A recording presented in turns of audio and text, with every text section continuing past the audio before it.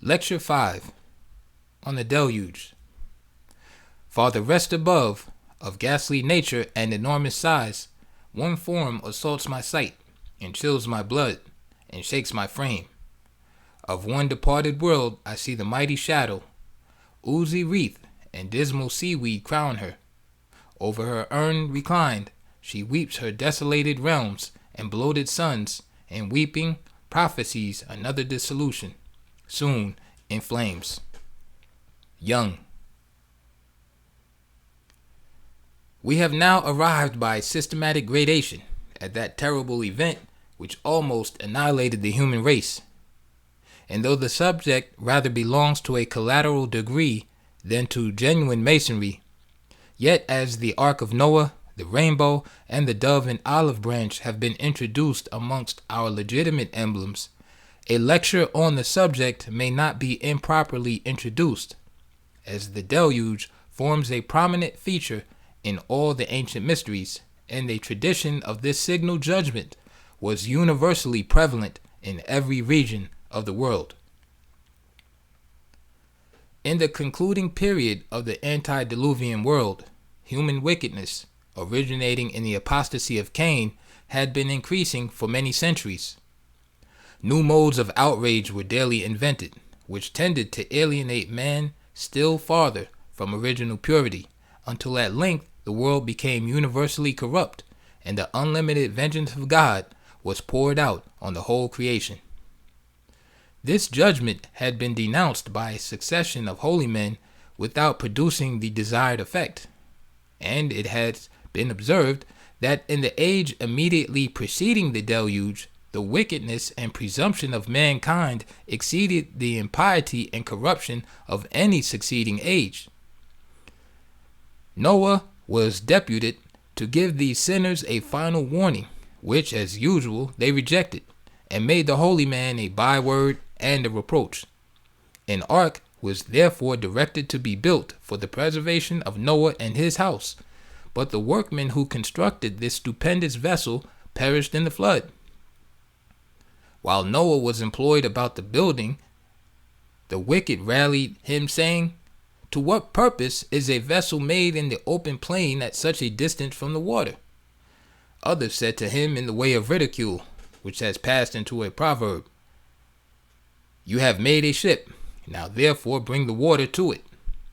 Others again insulted him, telling him that after having practiced for a long time the trade of a husbandman, he was at last reduced to that of a carpenter.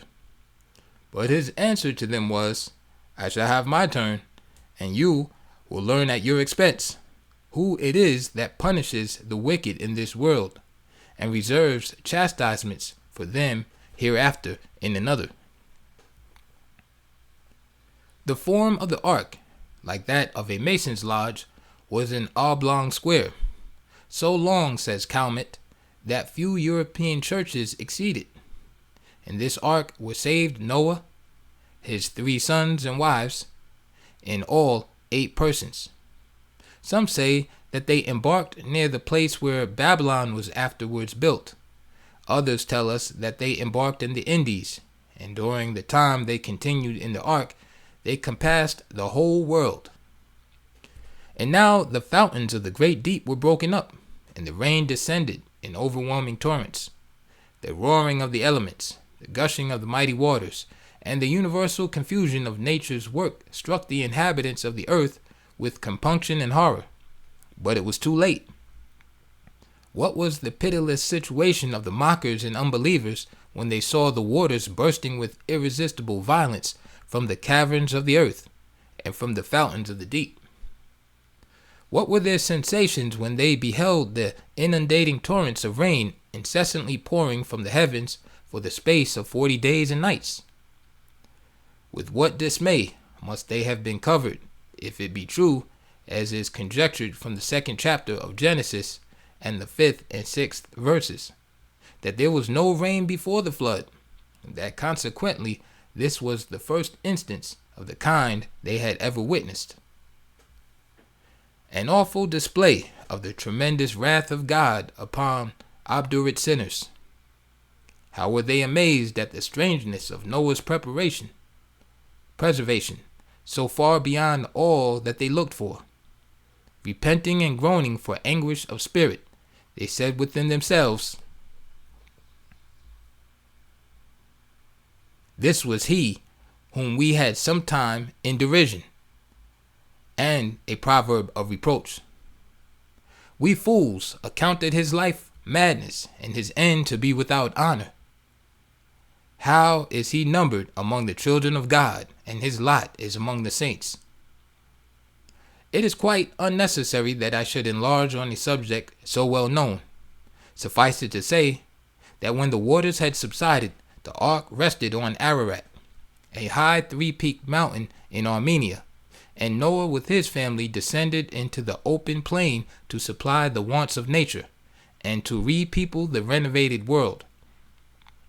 The precise time of Noah's egress from the ark has been a subject of controversy with the learned, but it appears now to be generally understood that this event happened early in the month of May, probably on May Day, because commemorative diluvian rites were annually celebrated on that day by almost every ancient nation.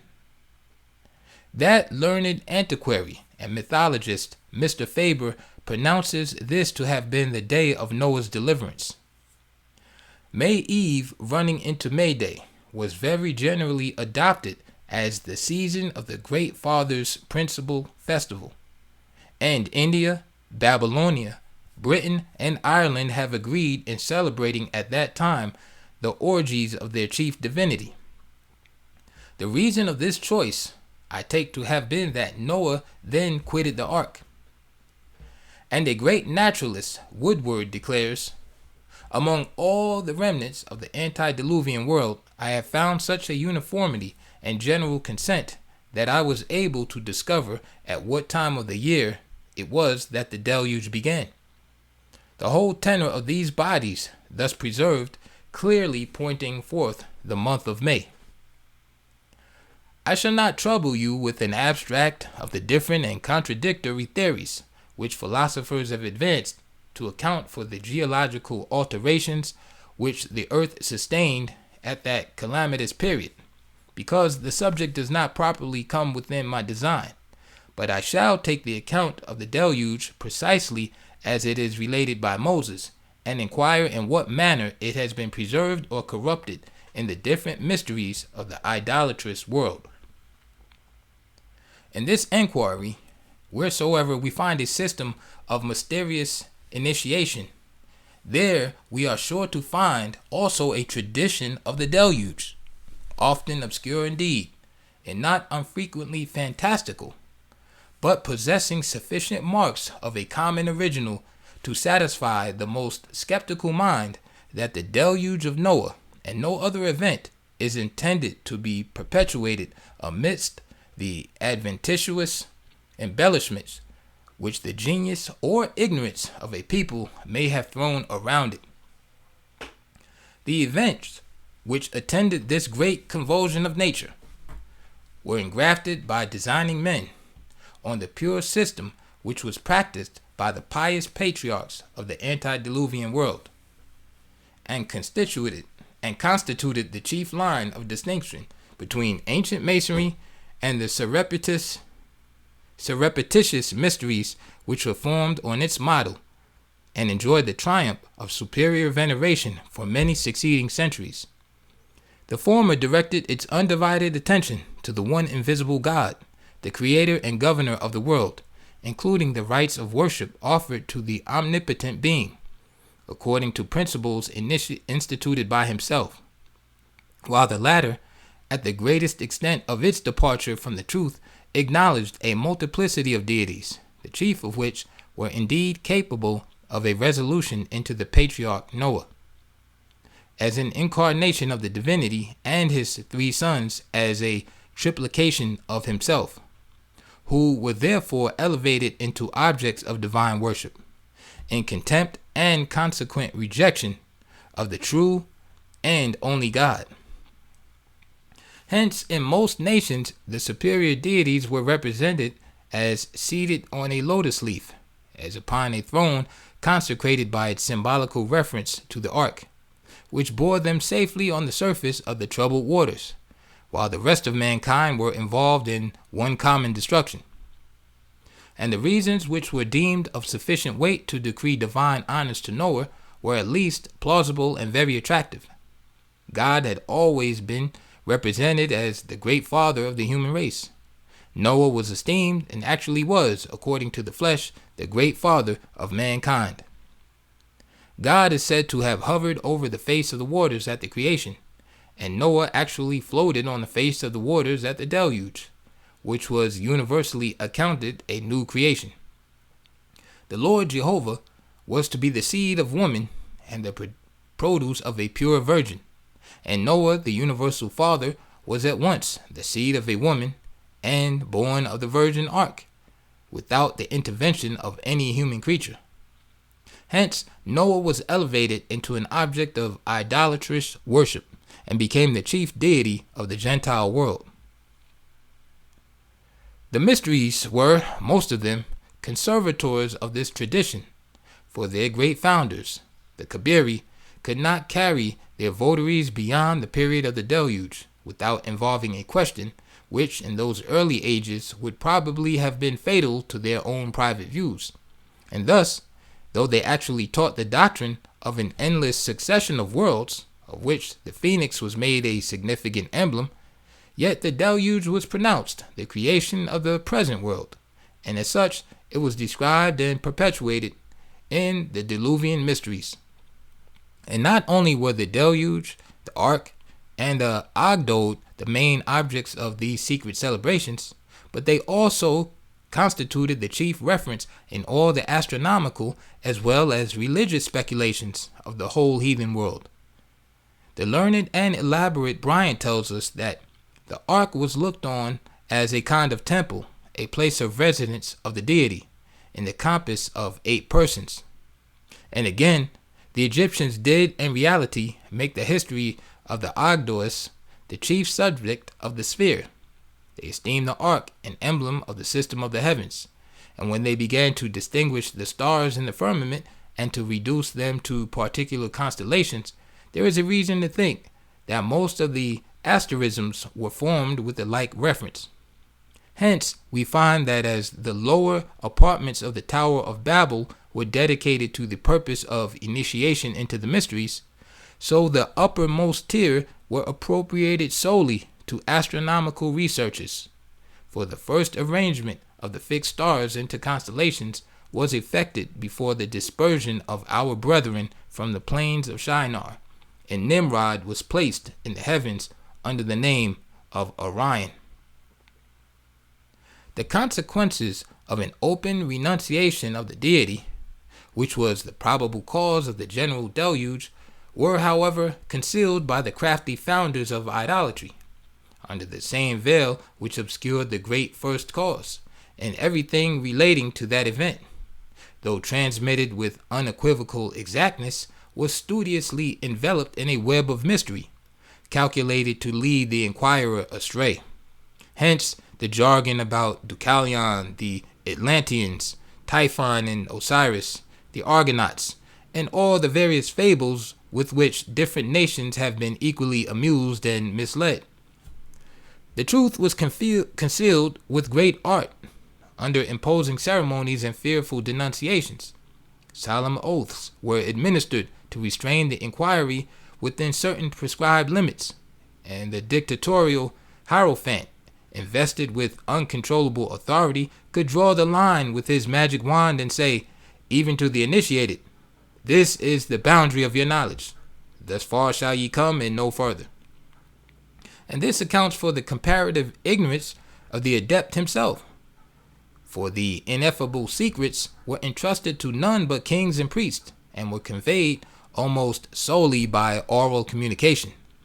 Thus, an extraordinary ceremony referring to the deluge was used in the initiations, which shows how mysteriously that event was preserved and transmitted. The violent death of some unhappy individual was here celebrated, whose body they affected to have lost, and much time was expended and many ceremonies used in the search. Even the aspirant himself was made figuratively to die, and to descend into the infernal regions, for the purpose of ascertaining the fate of him whose disappearance they ceased not to deplore. This part of the ceremony was performed in darkness, and was accompanied with loud and ceaseless wailings and lamentations. The body at length being found, the aspirant was passed through the regenerating medium, and thus was said to be raised from the dead and born again. This was the commencement of joy and gladness, and the initiated was invested with his symbols amidst universal rejoicing and acclamation.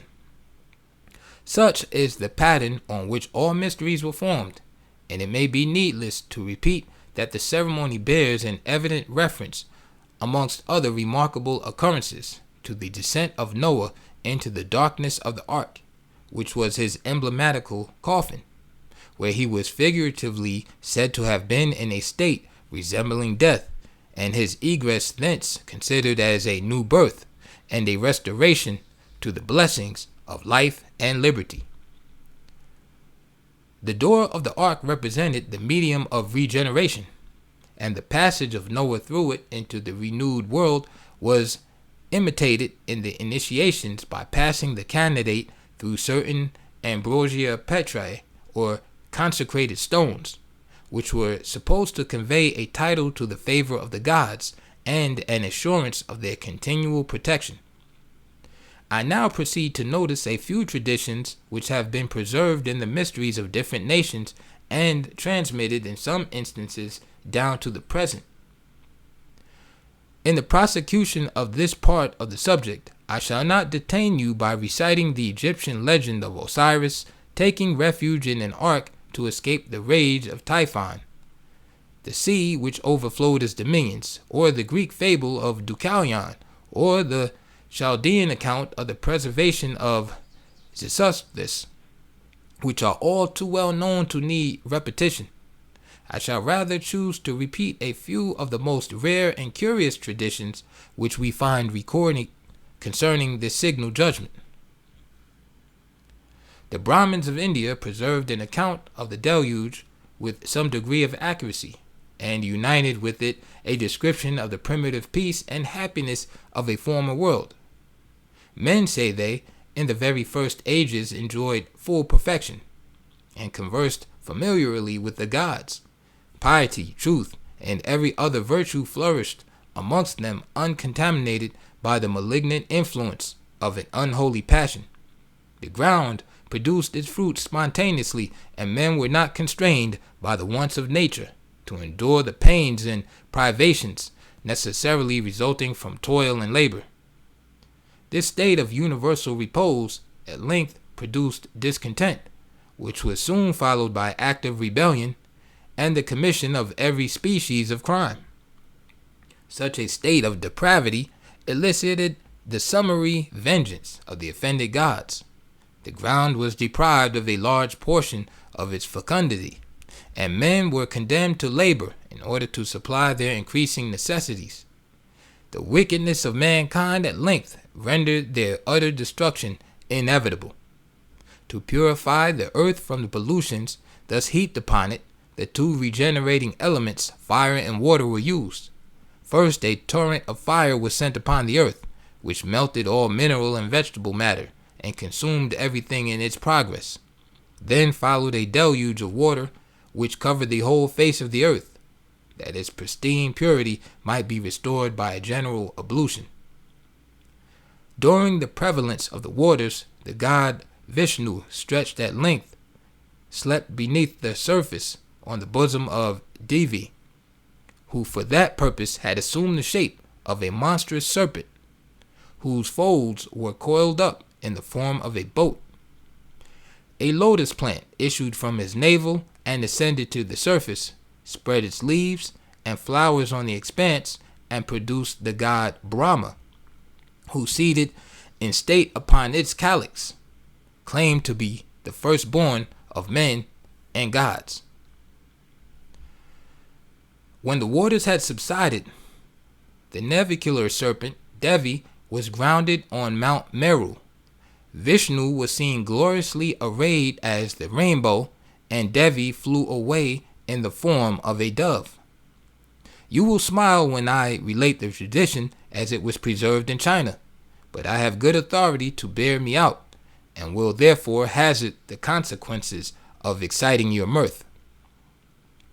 The inhabitants of the island Moragasima, says the legend, becoming enriched by a successful traffic, grew irreligious, neglected the rites of divine worship, and held the gods in sovereign contempt.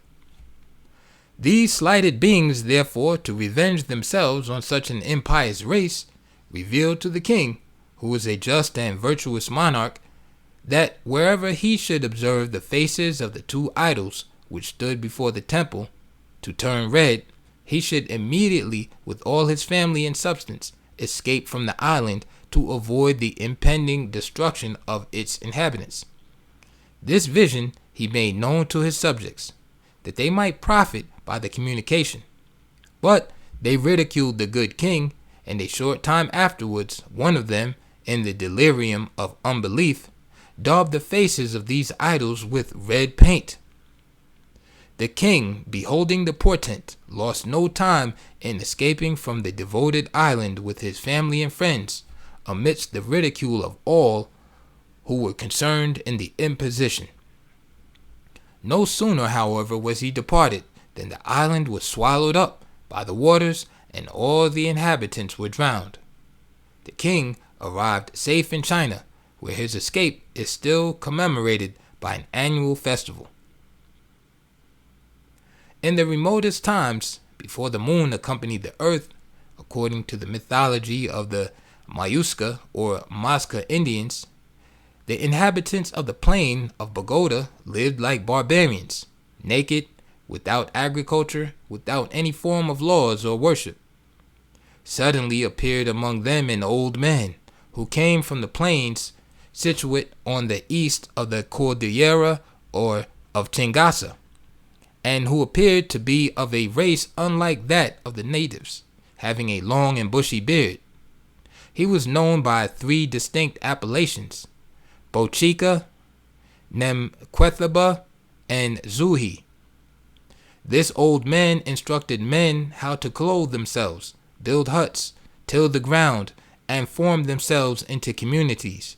He brought with him a woman, to whom also tradition gives 3 names: Chaya, Yubkaiguaya, and Huithaka. This woman, extremely beautiful and no less malignant, thwarted every enterprise of her husband for the happiness of mankind. By her skill in magic, she swelled the river of Funza and inundated the valley of Bogota. The greater part of the inhabitants perished in this deluge. A few only found refuge on the summits of the neighboring mountains. The old man, in anger, drove the beautiful Huaytaka far from the earth, and she became the moon, which began from that epoch to enlighten our planet during the night.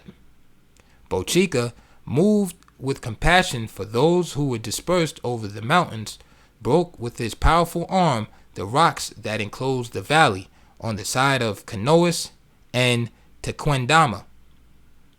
By this outlet he drained the waters of the lake of Bogota. He built towns, introduced the worship of the sun, named 2 chiefs between whom he divided the civil and ecclesiastical authority, and then withdrew himself under the name of Ida, Kansas, into the holy valley of Araca, near Tunja, where he lived in the exercise of the most austere penitence for the space of 2,000 years. The Indians of Cholula have a similar tradition, but they extended it to the general dispersion of mankind. All those who did not perish in the inundation say they were transformed into fishes, save 7 who fled into caverns. When the waters subsided, one of these, called Helhua, surnamed the architect, went to Chololan, where, as a memorial of the mountain Tlaloc, which had served for an asylum to himself and his 6 brethren, he built an artificial hill in form of a pyramid. He ordered bricks to be made in the province of Tlamanalco, at the foot of the Sierra of Cocotl, and to convey them to Cholula. He placed a file of men who passed them from hand to hand. The gods beheld with wrath this edifice, the top of which was to reach the clouds. Irritated at the daring attempt of Helhua, they hurled fire on the pyramid. Numbers of the workmen perished. The work was discontinued, and the monument was afterwards dedicated to Quetzalcoatl, the god of the air. The savages of South America believed that a priest called Tespi was saved from a general inundation by retiring with his wife and children into a box made of wood, on which he had also gathered together a many animals and excellent seed of all sorts, and that after the retreat of the waters he let fly a bird called Aura, which returned not back, and successively several others which also came not back, but that the least of those birds, that which the Indians esteemed the most, soon appeared again with the branch of a tree in its mouth. These accounts, preserved by men in almost a savage state, in a quarter of the globe unknown in ancient times, and certainly debarred by nature from any communication with the inhabitants of the eastern continent, approximate very nearly to those of Moses. Inquire we now what was the belief of the British Druids in this particular, for on every subject I studiously bring before your notice the creed and practice of our ancestors, because their opinions cannot fail to be peculiarly interesting. In the mysteries of Britain, a tradition of the deluge was undoubtedly preserved, perverted indeed and localized like those of other nations, but bearing characteristic marks of the same event. In the time of the great god Hu, mankind were involved in an universal profligacy of manners. A communication was therefore made from heaven that the corruptions of the world should be purified by fire and water, that the lake Lilian should burst, and overflowing its banks, the torrent of water with irresistible violence should deluge the land and destroy all its inhabitants. In consequence of this revelation, a vessel was constructed without sails, in which were preserved a male and female of every species of animals, and also a man and a woman named Dwivian and Dwivak. When these were safely enclosed within the womb of the vessel, a pestilential wind arose, replete with poisonous ingredients, which spread devastation and death throughout the land. Then followed a fiery deluge, which melted the rocks and split the earth asunder. After this, the lake Lilian burst forth, inundated the earth, and destroyed the whole creation of men and animals, except the favored few who had sought protection in the sacred vessel. And thus the world was purified by fire and water from the pollutions which the sins of men had accumulated upon it. When the destruction was complete, the avank, or beaver, a symbol of the floating ark, was drawn to land by the oxen of Hu Gadarn. Gwydion, the British Mercury, formed the rainbow as a fair attendant on the sun, and an assurance was given to the man and woman by whom the world was to be repeopled, that the lake should burst no more. In all these several legends, we have sufficient traits of similarity to enable us to detect their origin in the deluge of Noah. The bursting of the lake evidently refers to the true account contained in the 7th chapter of Genesis, where it is said that the fountains of the great deep were broken up. And this was a much more rational belief than was entertained by some other nations. In the Hindu mythology, the disruption is referred to the act of quitting the ark after the waters had subsided. The body of Sita, the wife of Mahadeva, is said to have burst, and the hero gods, or Noah and his sons, are violently thrown from her womb. In the parallel superstition of Scandinavia, the giant Ymir is represented as slain, and the blood bursting from the wound formed a deluge which drowned all the families of the giants, except one who saved himself and his bark. And in Egypt, the bursting was applied to an egg broken by Typhon during his contest with Osiris, but the bursting of a lake was the most prevalent belief. In tracing the mysterious institutions of different nations, we are surprised with a wonderful variety of fables, all bearing a reference to the same transaction. Thus, in one system, the deity is said to have remained for a specific period in the belly of a fish, in another to have sailed over the sea in a golden cup, in a third to have been enthroned on the broad leaf of the lotus. Again, he was believed to have been saved from drowning by a princess, who humanely used for that purpose a rope made of her own hair, and many other traditions of a similar nature were taught, equally alluding to the salvation of Noah. And whether the deity were fabled to have been preserved from the effects of a general destruction in a vessel without sails, on the back of a crocodile, in a navel, in a cup, upon a mare, by a dove, or by a rainbow, whether he was said to be born from a cavern, a cloud, or a door, hewn out of a rock, produced from the side of a virgin without the cooperation of a father, from an egg, a cow, or the moon, the reference is undoubtedly the same. All these legends owe their origin to Noah and the ark. For the foundation of every known system of idolatry was the worship of the Great Father and the Great Mother, symbolized by the sun and moon. But the Great Father and Mother were often confounded and made to represent the same person, for the deity in all the countries which practiced in idolatrous worship was considered as possessing both sexes in common. This being the case, the worship of the Great Father was probably introduced with some reference to the first prophecy of the Messiah, for Noah was considered an incarnation of the divinity, and there is nothing very repugnant to the principles of sound analogy in the ultimate reference to the sun, moon, and planets, which soon became objects of divine worship. Every principle of false religion rested on some foundation of truth, either direct or implied, and the worship of the host of heaven might be derived from the highly figurative language by which the true God was usually described by the early patriarchs. Some remarkable specimens of this style are found in our sacred writings. Balaam describes him under the title of a star. David calls him a sun, and so does Malachi.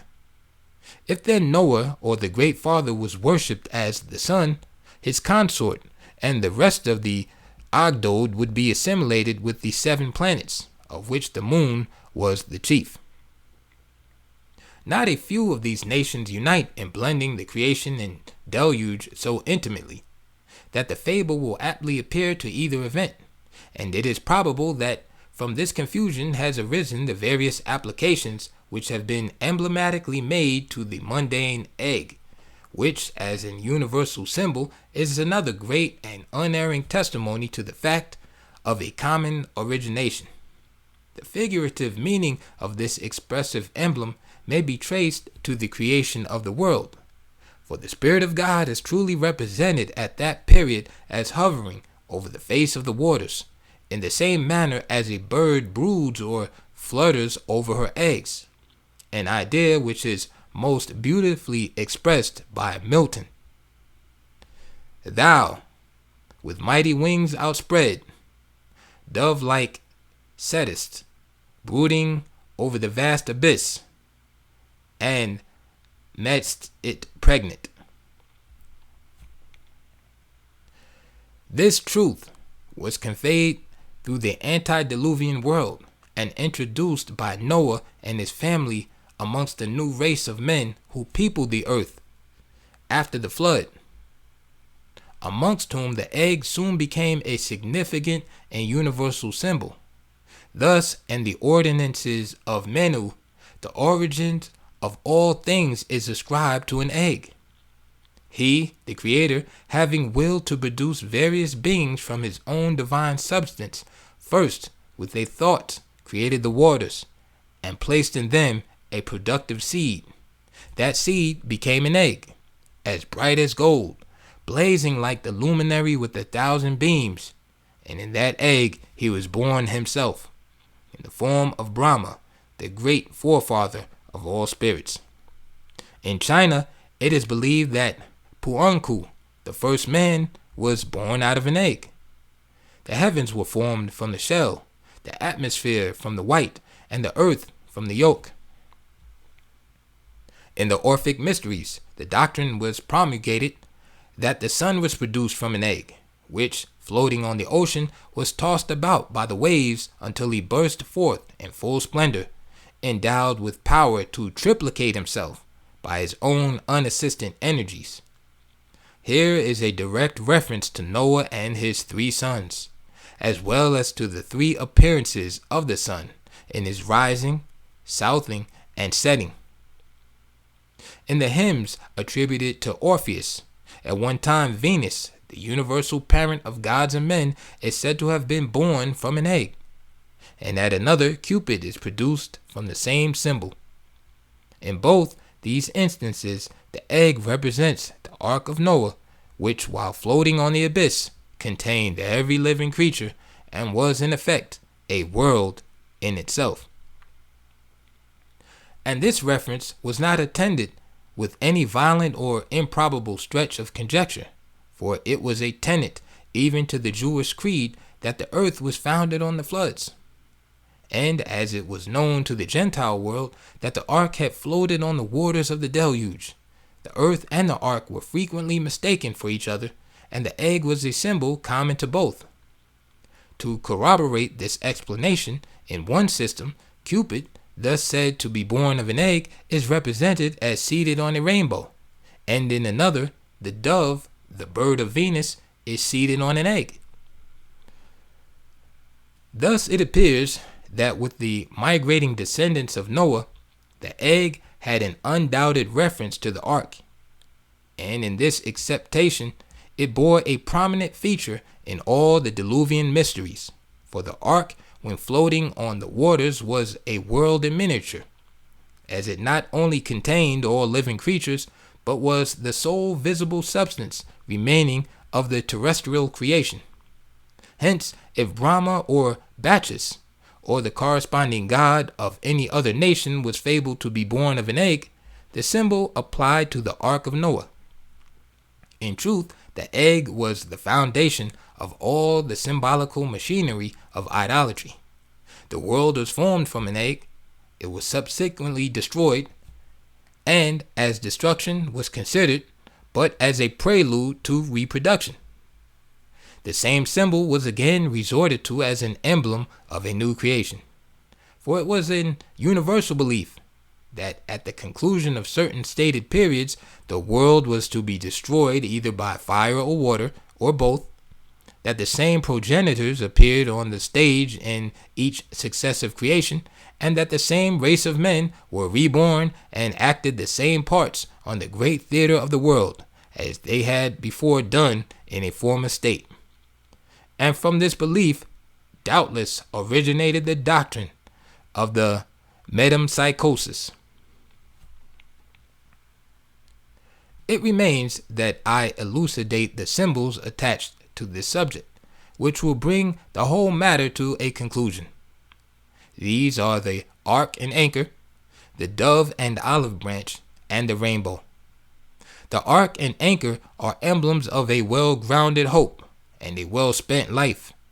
They are emblematical of that divine ark which triumphantly bears us over this tempestuous sea of troubles, and that anchor which shall safely moor us in a peaceful harbor, where the wicked cease from troubling and the weary are at rest. The dove, with an olive branch in its mouth, is an emblem of peace, and in connection with the rainbow, points out to the desponding mortals that divine justice is satisfied, and mercy extends her golden scepter to a guilty world. The dove, when liberated by Noah, brought back in its mouth, say the Jewish rabbins, a branch of olive plucked from the gardens, the groves of Eden, near which the ark most probably rested. Thus, the dove and olive branch became a permanent symbol of peace, and implied the removal of a calamity and the substitution of a benefit. In remembrance of this wonderful escape, the token of union on the plains of Shinar was a broad banner, on which a dove bearing the branch of olive in its mouth, encircled by a rainbow, were curiously embroidered. Dr. Owen, in his Natural History of Serpents, says that Semiramis, being conquered by Storobetes, antiquity feigned she was changed by the gods into a dove, the bird of Venus, which is the reason why the dove was worshipped by the Babylonians, and why they gave it in their ensign. This is erroneous, for the banner doubtless proceeded from a recollection of the benefits derived from Noah's dove, and it was actually used by Semiramis herself before and during her unfortunate expedition into India, for the dove was the favorite bird of this empress, and hence she was figuratively said to have been nourished in her infancy by doves in the wilderness. This bird, being universally held in high veneration, was said to have conveyed the mysteries to many different nations. From the information which it gave to Noah, while he was confined within the gloomy recesses of the ark, it was accounted an interpreter of the divine will, and hence the priests and prophets of idolatry were frequently styled doves. The rainbow was an emblem common to every species of religious mystery, and was probably derived from an old archaic tradition that the divinity was clothed in a rainbow. For thus is he represented by Ezekiel the prophet, as the appearance of the bow that is in the cloud in the day of rain, so was the appearance of the brightness round about. This was the appearance of the likeness of the glory of the Lord. St. John saw in a vision the throne of God encompassed by a rainbow. A rainbow was, in fact, the usual emblem of a divine Savior throughout the world. Some Christians, from the irradiation of the sun upon a cloud, apprehend the mystery of the Son of Righteousness in the obscurity of flesh, by the colors green and red, the two destructions of the world by water and fire, or by the color of blood and water, the mysteries of baptism and the Holy Eucharist. In India, the rainbow was an emblem of peace, and in the third avatar of Vishnu, it is represented as issuing from the troubled waters of the deluge. It was esteemed the principal instrument used to compose the agitation of the elements, which produced and attended that awful event. In the British mysteries, it was an emblem of protection, figuratively said to surround the aspirant when delivered from his confinement in the pastos or ark, and hence he was called the offspring of the rainbow. The bards frequently introduced this symbol, which is compared to a stream of light which scares away violence from the earth and causes the bane of its former state round the circle of the world to subside. I shall conclude with a few practical comments on the awful event which has formed the subject of this lecture, and do not imagine that I am deviating from the pure principles of our order when I endeavor to apply the truths inculcated by Freemasonry to a higher object than present felicity, for the connection between Masonry and religion is absolute and cannot be destroyed. Masonry contributes to produce the social happiness of mankind in this world by the practice of moral virtue. Could you please repeat what you said? Religion gives us happiness in a future state, emanating partly from the same cause, but rendered perfect by the atonement of Christ. Hence, Masonry must be considered as the handmaid of religion, because the practice of moral virtue, though it cannot absolutely save, is an essential condition of salvation. With this illustration in view, I shall endeavor to incite you to Christian morality, that the peace you derive from your Masonic pursuits may be contemplated by the practice of religion and produce its final and lasting reward at the resurrection of the dead. You have seen how the whole world was destroyed and the race of men almost exterminated for a rejection of the very morality which Masonry recommends. Divine revelation informs you that it shall undergo a second destruction for the same cause, when a different agent shall be employed to consume and burn up this earth with all that it contains. Do not then, like the profane antediluvians, scoff at the terms of salvation and say, the threatened punishment will never be inflicted. Do not, like them, say, we will eat, drink, and be merry, and all will yet be well. For you may be assured that nothing but practical righteousness founded on faith in the atoning mediator can bear you up in that day when the ripened iniquities of men shall bring on the long suspended deluge of fire, which shall drown the wicked in everlasting destruction. The ark in which you and all mankind must be saved from this fiery purgation is inscribed with three important words: repentance, faith, and obedience, which like a brilliant rainbow surround and overshadow the vehicle of your preservation, and with an efficacy more significant than the dove and olive branch, proclaim your everlasting peace.